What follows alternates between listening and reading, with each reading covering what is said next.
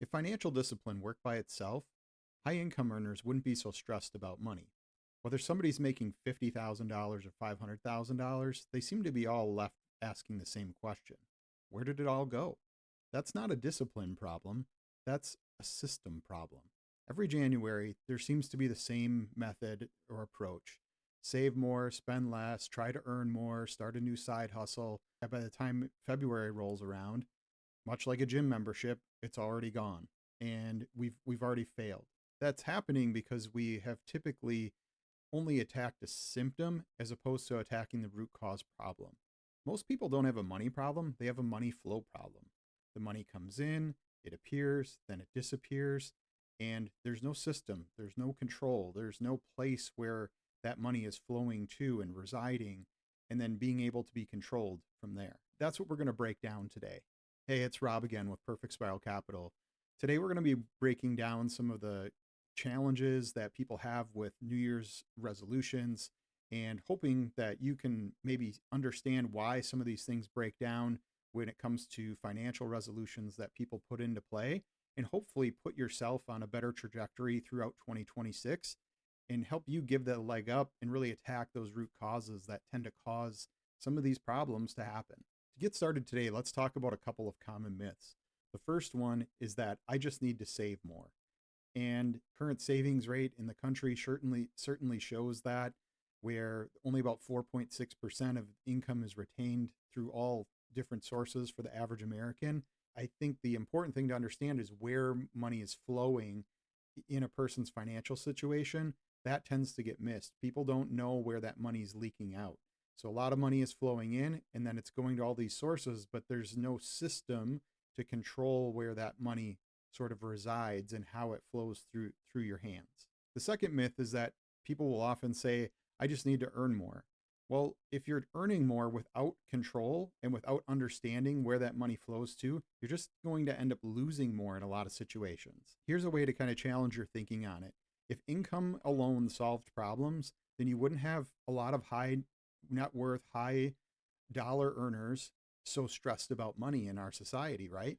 I mean, it makes sense. So why do these two myths tend to really trap people as we think about New Year's resolutions? Well, the first part of it is that most people are operating inside of a system that's designed by somebody else for their control, meaning that where does your check go first?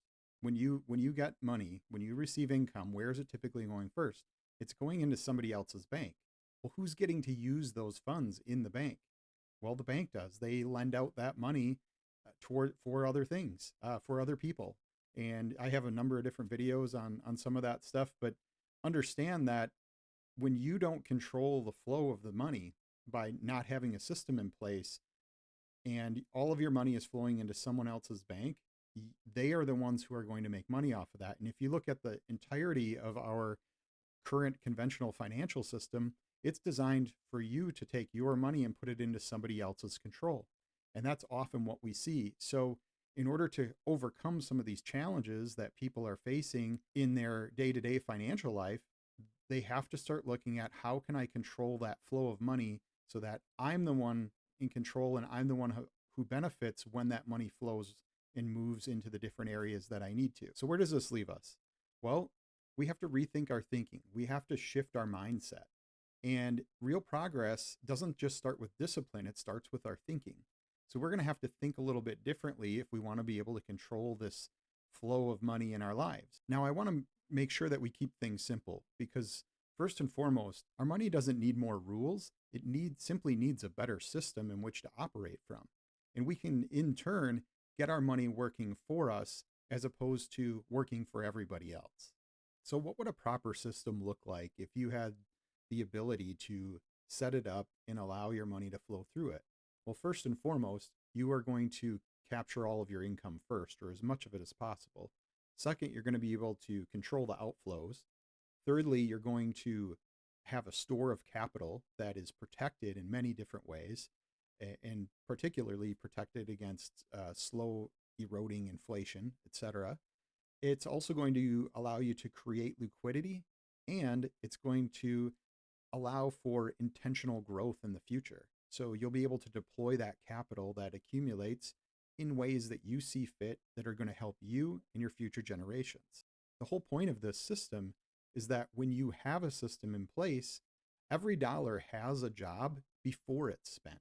And that's really the beauty of the infinite banking concept, which up until now I haven't named, but that's really what the infinite banking concept helps us to do. It allows us to put a process in place for our money, and from there, then allows us to be able to control the flow. It allows us to create and invest and do these different things all while being the one that's in control.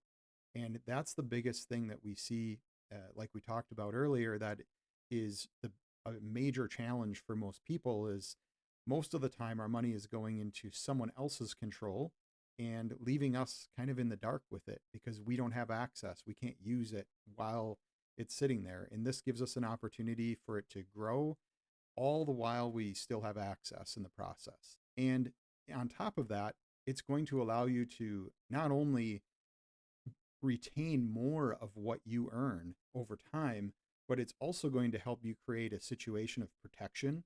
And it's also going to help you create an opportunity for legacy, for building up for your family's future. So there's a lot of great benefits that come along with the infinite banking concept. But in this particular context, when we think about resolutions, the first situation that it helps us to do is control the flow of money in our hands. So how do I know that this works? Well, in my last video, I walked through how my family was able to go from saving roughly 6% of our income that flowed through our hands to over 30%. And we did that in a relatively short time frame. Not only has my family been able to significantly benefit from this, but many of the people that I've had the opportunity to work with have been able to start recapturing so much more of what flows through their hands as well. If this is intriguing to you or you're curious to understand more, let's continue the conversation. Check out the link in the show notes below and let's talk about it. Let's see if we can find a way to allow you to put it to use, put it in your control, and not only that, benefit your future generations to come. I hope this video is valuable for you. And if it was, feel free to like, subscribe, feel free to leave some comments below, and we'll talk again soon.